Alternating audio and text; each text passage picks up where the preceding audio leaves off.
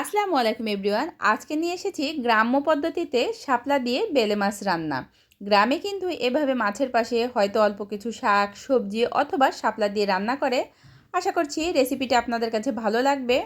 তো এখানে আমি নিয়ে নিয়েছি একটা প্যানে নিয়ে নিচ্ছি বেলে মাছগুলোকে।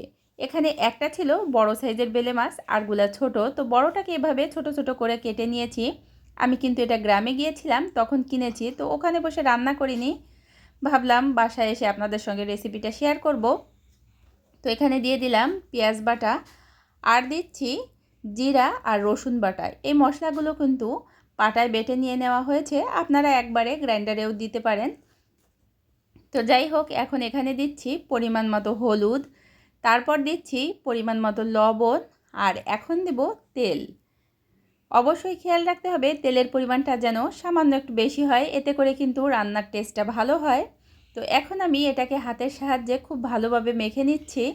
আপনারা কিন্তু চাইলে এখানে তেজপাতা ইউজ করতে পারেন, কিন্তু আমি মনে করলাম তাজা মাছের অন্যরকম একটা ফ্লেভার হয় রান্নার পরে, এজন্য তেজপাতা ইউজ করিনি। মাছের সুন্দর একটা ফ্লেভার থাকবে যার কারণে।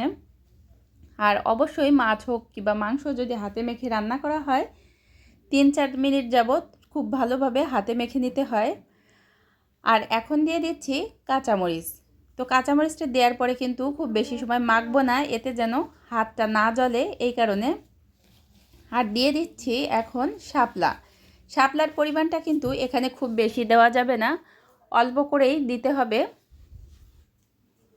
অনেকে আছে দেখা যাচ্ছে অল্প কিছু করে শাকও ব্যবহার করে। তো যাই হোক, এখানে আমি শাপলা দিয়েছি।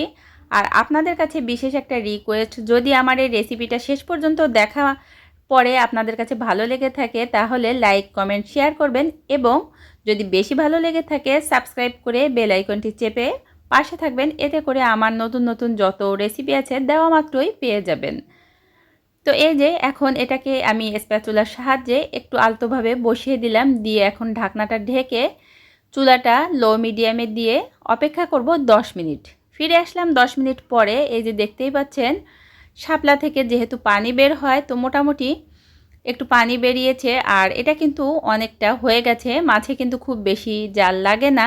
তো যখন আমি স্প্যাচুলা দিয়ে নাড়তে গিয়েছিলাম দেখলাম যেহেতু মাছটা নরম ভেঙে ভেঙে যাচ্ছে, তখন স্প্যাচুলাটা সরিয়ে নিয়ে এভাবে একটু নেড়ে দিলাম, এতে করে নিচটা লাগবেও না আর নাড়ার কাজটাও হয়ে যাবে।